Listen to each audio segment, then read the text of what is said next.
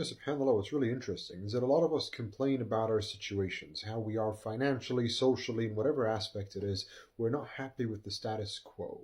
And what I find interesting about that is so little that is done by the people to actually take effort, take action to bring about the change they would like to see.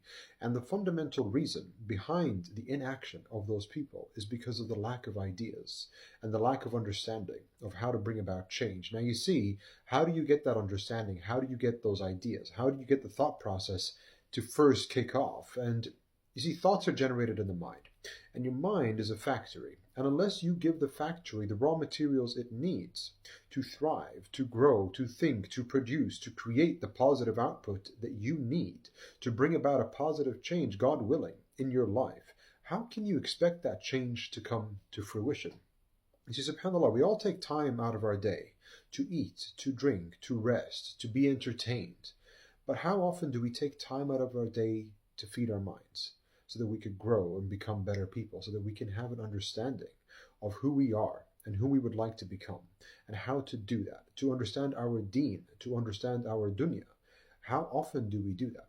I believe the answer is quite rare. And the result is what we see today, with the mass dissatisfaction with the status quo and the current situation in which people lead their lives. And subhanAllah, there's a wisdom, wallahu alam, as to why, during the darkest of times, when the wahi was first revealed to Muhammad alayhi salatu wassalam, in Mecca, where oppression was at its highest, and the darkness was everywhere, and evil was widespread, the first word was not to get up and change. The first word was not to go out and do something or to speak. Rather, the first word was iqra, to read, to ingest, to understand, to consume first. Because once I can become aware of what is around me and how it operates and the mechanisms in which these operations take place, then I can start, by God's will, of course, to have ideas to bring about change that aligns with a positive outlook on life in line with the Quran and the Sunnah.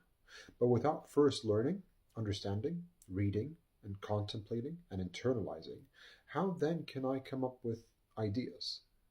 May Allah make us people who read and read good things that help us and help those around us in line with the Quran and the Sunnah. Allahumma allimna ma yanfi'una wa nafi'na bima allamtana. Barakallah feekum. Take care. Assalamu alaikum.